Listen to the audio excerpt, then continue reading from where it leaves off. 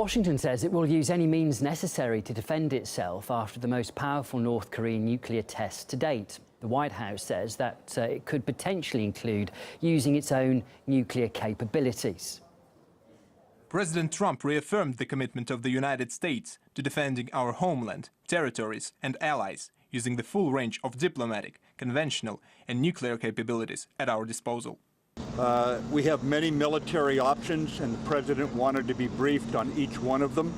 Any threat to the United States or its territories, including Guam, or our allies, will be met with a massive military response, a response both effective and overwhelming. So it's actually kind of an unexpected and drastic change in tone coming from Mattis there, who's really starting to sound more like Trump.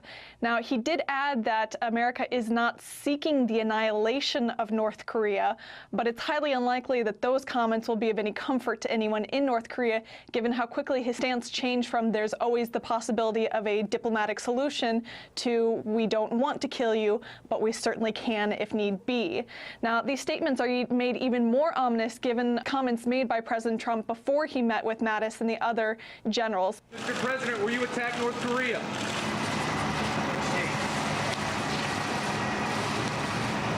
Earlier on Sunday, Trump did tweet that all options are being considered when it comes to North Korea, but it is clear that the military option seems to be becoming the favorite for the Trump administration.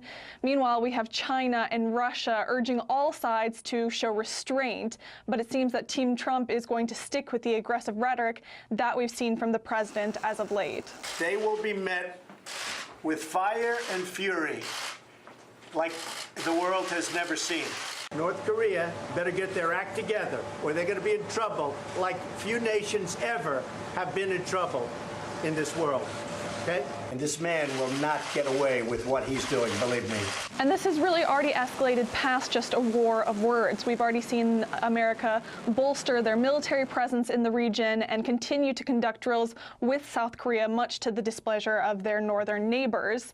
And Trump has gotten a fair amount of backlash for some of his aggressive comments, both here at home and abroad. But the U.S. State Department, for their part, has defended his comments, saying that it's simply the only way to communicate with the North Korean leader. He exacerbating the president spoke to him, to Kim Jong-un, in a language that Secretary Tillerson has said and said this morning, in the kind of language that Kim Jong-un will understand. But clearly, America really has no plans of changing their tactics, but despite the fact that all of their aggressive rhetoric and saying that talking will not work and attacking North Korea has only led to further threats from North Korea and more missile tests. But Washington seems unwilling to change their plan of action, pushing the whole world closer to the edge of war.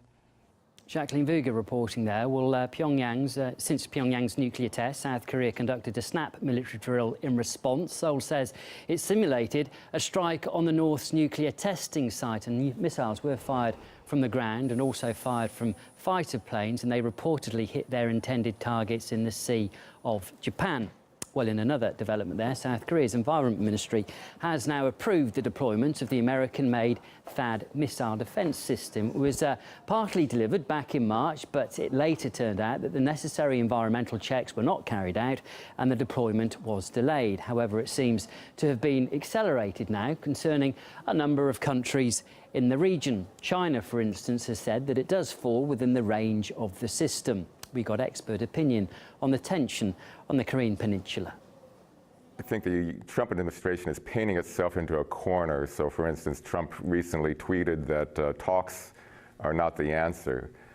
And so that just leaves the option of threatening North Korea, which only encourages North Korea to accelerate its nuclear weapons program, which in turn encourages the Trump administration to up the ante on its threats. So it's a very dangerous moment. Korean Central News Agency just recently came out with a statement saying that they're not willing to give up their nuclear weapons program unless the United States drops its hostile policy. So there's a definite opening for a diplomatic move if the United States wanted to take that. This is a full-scale diplomatic crisis, and I think our president has not really framed this issue as such. I think this is in some ways a war of words. We know he's very fond of Twitter. and saying provocative things. Our president and our government is not devoting the resources, the political will that are needed to find a solution to this problem. We need to amp up the resources at the State Department. Warm bodies, people who understand North Korea, the culture, the language, get them working on this issue.